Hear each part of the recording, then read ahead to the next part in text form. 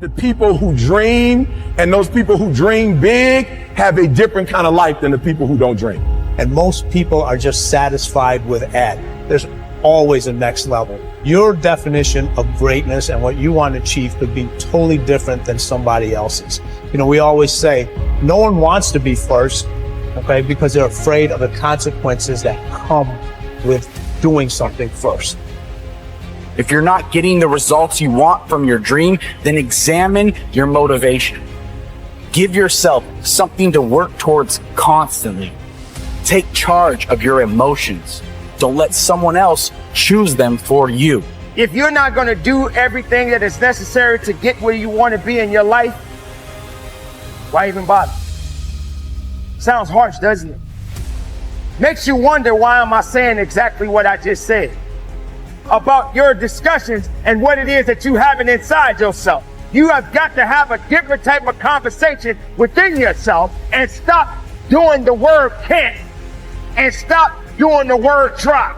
Dreams will remind you that even if the situation isn't temporary, dreams still give you a purpose to live a bigger life despite what you're dealing with, because they will help you move through the chapter of the life that you're in more powerfully, more grounded, and more fulfilled.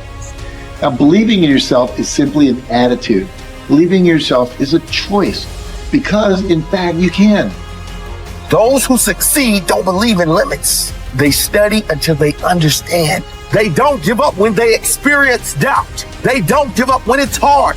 They do not give up, full stop.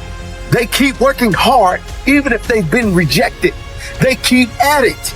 They keep searching for new opportunities. That's exactly how you have to be. Life is hard, and you'll never get far if you limit yourself in anything you do.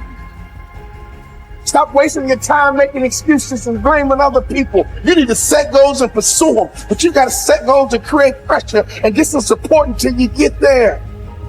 And the worst thing you can do is let yourself off the hook, and that's what excuses do. You let yourself off the hook when you set a goal, when you have a dream, when you have a vision. Don't you ever let yourself off the hook. And start now. Start believing, start dreaming, and create the life and the person. Most people never develop their talents. They have skills and abilities, but if you don't nurture them, if you don't develop them, they will never serve you. Your gifts can take you many places if you develop your gifts. Most of us don't like to do those things that come easy to us. I've always loved to talk to people. I decided, taking this advice, to develop my skills as a speaker. And my gift has developed and has taken me many places. You have something that you brought to the universe.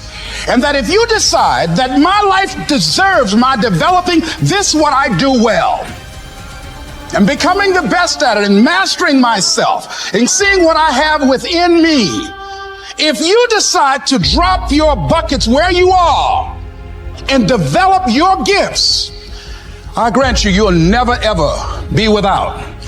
I grant you that your gifts will take you places that will literally amaze you. I grant you that if you begin to work to develop your gifts, you'll develop a strong sense of happiness. You'll get a larger vision of yourself, because part of beginning to get a larger vision of yourself, all of us need some area of our lives where we can have a feeling of competence. That people know when they think about this area, that's something you do. That you eat and sleep back. And that you do that. You do that. When other folk are having a good time, you've got to have the strength of character to concentrate, to make a conscious, deliberate, determined effort to read one book a month in that area. In 5 years, you'll be among the top 5% experts in the world. I read a minimum of 2 books a week. The average American reads only 1 book a year. If you decide that area that you love, that you are going to master that particular area, in this era of accelerated change, overwhelming complexity, and tremendous competition, as you begin to develop and expand your skills and your talents and your vision of yourself, you will always be in control. Have better lives, enjoy greater fulfillment and satisfaction, have happier relationships, and contribute more to their communities. Others will not.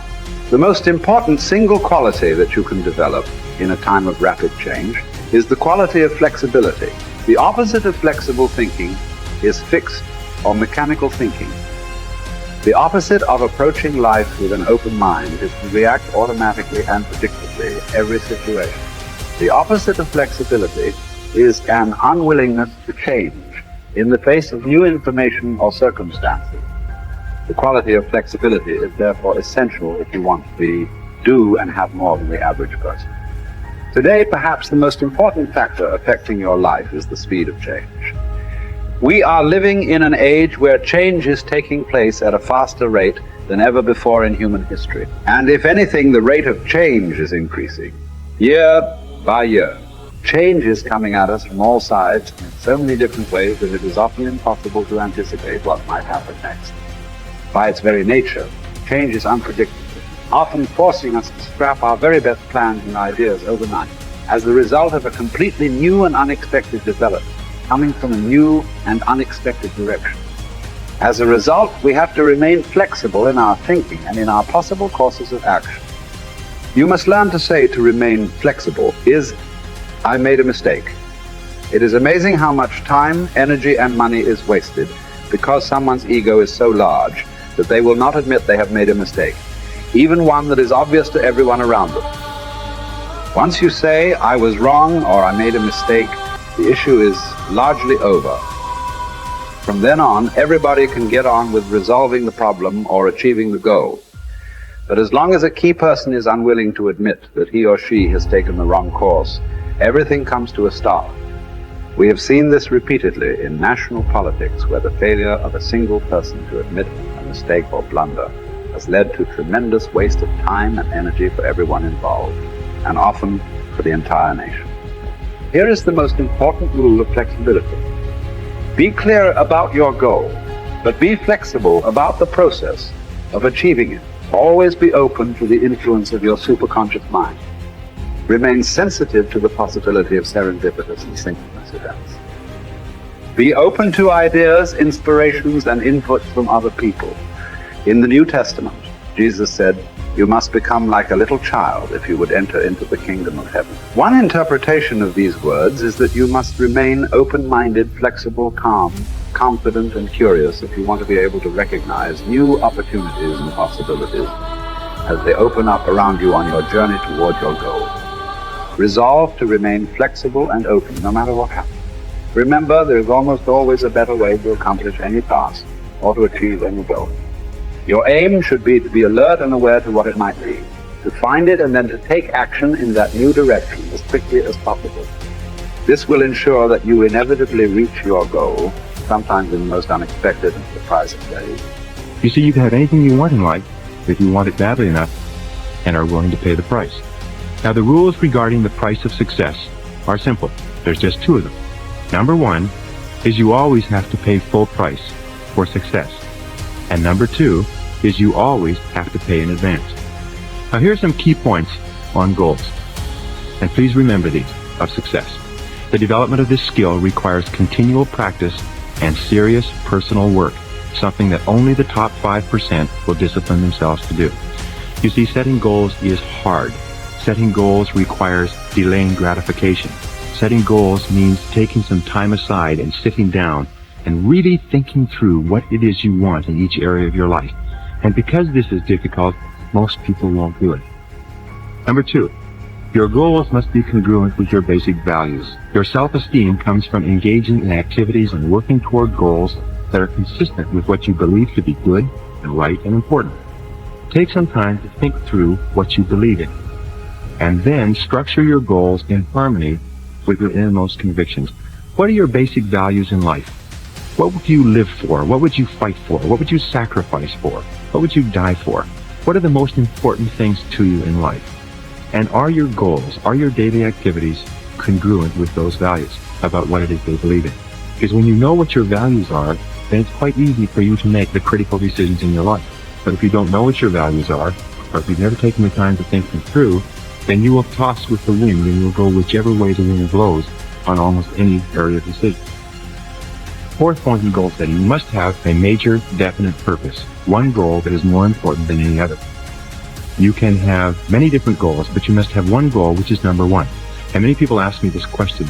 They say, fine, well, can I have two major, definite purposes? And the answer to that is no.